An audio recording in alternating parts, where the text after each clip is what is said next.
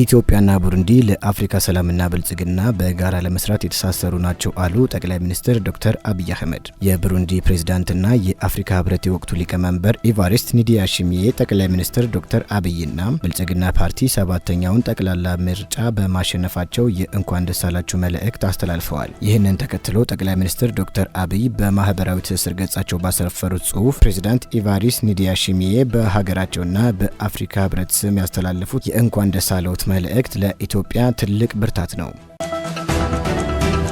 በተመሳሳይ የማሌዥያው ጠቅላይ ሚኒስትር ብልጽግና ፓርቲ በሰባተኛው ጠቅላላ ምርጫ ማሸነፉን አስመልክቶ ላስተላለፉት የእንኳን ደስ አላችሁ መልእክት ጠቅላይ ሚኒስትር ዶክተር አብይ ምስጋና አቅርበዋል። በምስጋና መልእክታቸው ኢትዮጵያና ማሌዥያ በመከባበር ላይ የተመሰረተ ግንኙነት ያላቸውና የደቡብ ለደቡብ ትብብር ራዕይን የሚጋሩ ሀገራት መሆናቸውን ገልጸዋል። በተጨማሪም የኳታሩ ኢሚር ሼክ ታሚም ቢን ሐማድ አልታኒ የእንኳን ደስ አላችሁ መልእክት ሲያስተላልፉ በሀገራቱ መካከል የሁለት ግንኙነት ተጠናክሮ እንደሚቀጥል አረጋግጠዋል።